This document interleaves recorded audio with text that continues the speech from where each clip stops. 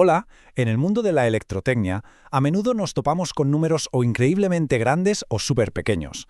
Y la verdad, una larga fila de ceros puede ser un auténtico quebradero de cabeza. Hoy vamos a desmenuzar las herramientas que necesitas para dominar este lenguaje numérico como un profesional. Pero vamos a ver, ¿cuál es el problema de fondo? Pues que en electrotecnia trabajamos con extremos. Por un lado, la potencia brutal de una central eléctrica y por otro, el tamaño minúsculo de un componente en un chip. Escribir esos números a mano es lento y lo que es peor es una fuente de errores. Un solo cero de más o de menos te puede fastidiar todo un cálculo. Fijaos en esto. A la izquierda, 350 millones de vatios, un montón de ceros. A la derecha, 5-10 millonésimas de metro, más ceros todavía. Es un lío, ¿verdad? La pregunta es, ¿cómo podemos hablar de estas dos cosas de una forma más limpia, más clara y, sobre todo, más profesional? Pues para eso estamos aquí. Nuestro plan de hoy es muy sencillo. Primero, vamos a entender bien el porqué de todo esto. Después, construiremos la base con las potencias de 10. A partir de ahí, nos meteremos con el método de la notación científica. Veremos los atajos con los prefijos y al final practicaremos las conversiones hasta que salgan solas. ¡Vamos al lío! Empecemos por los cimientos, por la base de todo, las potencias de base 10. Esta es la herramienta matemática que nos va a permitir poner en orden cualquier número, da igual si es gigante o si es diminuto. A ver, ¿qué es una potencia de 10? Pues no es más que una forma abreviada, un atajo, para no tener que escribir un 1 seguido de un montón de ceros o un número decimal muy largo. Es nuestro primer paso para empezar a ver los números de una forma mucho más limpia. La regla es súper fácil, de verdad. Si el exponente es positivo, como 10 elevado a 4, pues nada, es un 1 con 4 ceros detrás, 10.000. Si el exponente es negativo, como 10 a la menos 4, significa que el 1 está en la cuarta posición después de la coma. Es muy visual. Los positivos hacen el número grande, los negativos lo hacen pequeño. No tiene más misterio. Vale, ya tenemos la herramienta. Ahora vamos a darle un poco de orden, a usarla con un método que todo el mundo entienda, la notación científica. Esto no es más que una forma acordada de usar las potencias de 10 para que todos los técnicos y científicos hablemos el mismo idioma. Venga, vamos con un número grande, como 64 millones. El truco es muy sencillo. Imagina que hay una coma al final del todo. La movemos hacia la izquierda hasta que solo quede un dígito delante, en este caso, el 6. Y ahora simplemente contamos los saltos que hemos dado. ¿7 saltos? Pues listo. 6,4 por 10 elevado a 7. Así de fácil. Y con los números pequeños, pues hacemos justo lo contrario. Cogemos 0,0054. Movemos la coma hacia la derecha hasta que pasemos el primer número que no sea un 0, o sea, el 5. ¿Cuántos saltos hemos dado? 3. Como veníamos de un número pequeño, el exponente es negativo, así que se nos queda en 5,4 por 10 a la menos 3. Y si queremos hacer el camino de vuelta, es igual de intuitivo. Si el exponente es positivo, movemos la coma a la derecha para hacer el número grande otra vez. Si es negativo, la movemos a la izquierda para hacerlo pequeño.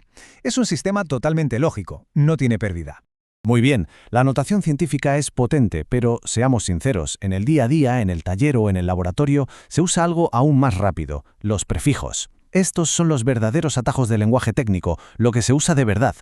A ver, un prefijo es, en pocas palabras, como un apodo que le ponemos a una potencia de 10. En lugar de decir por 10 a la 6, decimos mega. Es una forma de meter la escala directamente en la palabra, y así la comunicación es mucho, mucho más rápida. Aquí tenéis la tabla con los más habituales en nuestro campo. No hace falta memorizarlos todos de golpe, pero estos 6 son el pan de cada día. Giga, mega y kilo para lo grande, y mili, micro y nano para lo pequeño. Si controlas estos 6, tienes el 90% del trabajo hecho. ¿Os acordáis de los números del principio? Pues mirad qué diferencia ahora. 350 megavatios, 422,1 kilómetros, 0,5 micrómetros. Esto no solo es más corto, es que es mucho más claro. De un solo vistazo entiendes la magnitud de lo que estás hablando. Esto es hablar el idioma de la ingeniería. Vale, y ahora vamos a la parte más práctica de todas. ¿Cómo nos movemos con soltura entre estas unidades? Porque saber la teoría está bien, pero dominar la conversión es lo que te convierte en un técnico ágil. Para no liarnos moviendo la coma a la derecha o a la izquierda y acabar cometiendo un error tonto, vamos a usar una herramienta visual que es infalible, una tabla de conversión. Creedme, esta tabla va a ser vuestra mejor amiga. Venga, vamos con un ejemplo. Tenemos 0,00009876 amperios. Colocamos este número en la tabla asegurándonos de que la coma quede en la columna de la unidad base, o sea, amperios. Y ahora, si queremos pasarlo a microamperios, ¿qué hacemos? Pues facilísimo. Leemos el número poniendo la coma en la columna de micro. Resultado, 98,76 microamperios. La tabla lo hace casi solo. Venga, otro. Tenemos 12,98 milisegundos. Escribimos el número, esta vez alineando la coma con la columna de mili. Ahora queremos saber cuántos segundos son. Pues movemos la coma a la línea de la unidad base, que son los segundos, y rellenamos los huecos con ceros. ¿Qué nos queda? 0,01298 segundos. Sin cálculos, solo moviendo la coma en nuestra plantilla. O sea que el proceso se puede resumir en 3 pasos de nada. 1. Dibujas la tabla. 2. Colocas el número con la coma bien alineada. Y 3. Lees el resultado poniendo la coma en la nueva unidad a la que quieres llegar. Es un método que no falla, a prueba de errores.